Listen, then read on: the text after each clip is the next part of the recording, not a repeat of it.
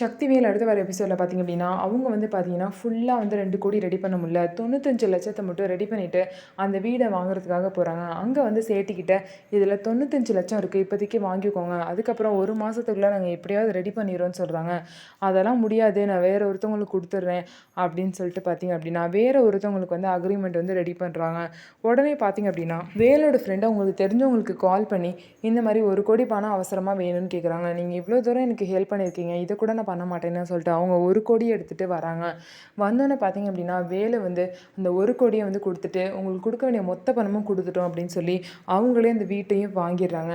அப்ப தென்னரசு முன்னாடி பார்த்தீங்கன்னா, "பாத்தியா நாங்க நெனச்ச மாரியே வீட வாங்கிட்டோம். இவன் தான் என்னோட வாரிசு" அப்படின்னு சொல்லிட்டு ரொம்பவே கெத்தா அவங்க அப்பா வேல வந்து சொல்றாங்க.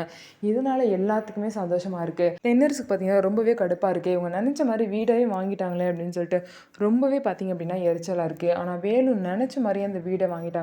ஆனா திரும்ப அந்த காச எப்படி குடுக்க போறாங்க அப்படிங்கிறத பொறுத்திருந்து பார்க்கலாம். நம்ம வீடியோ உங்களுக்கு பிடிச்சிருந்தா நம்ம வீடியோவ லைக் பண்ணிக்கோங்க. அதுக்கப்புறம் மறக்காம நம்மளோட சேனல சப்ஸ்கிரைப் பண்ணிட்டு பாருங்க.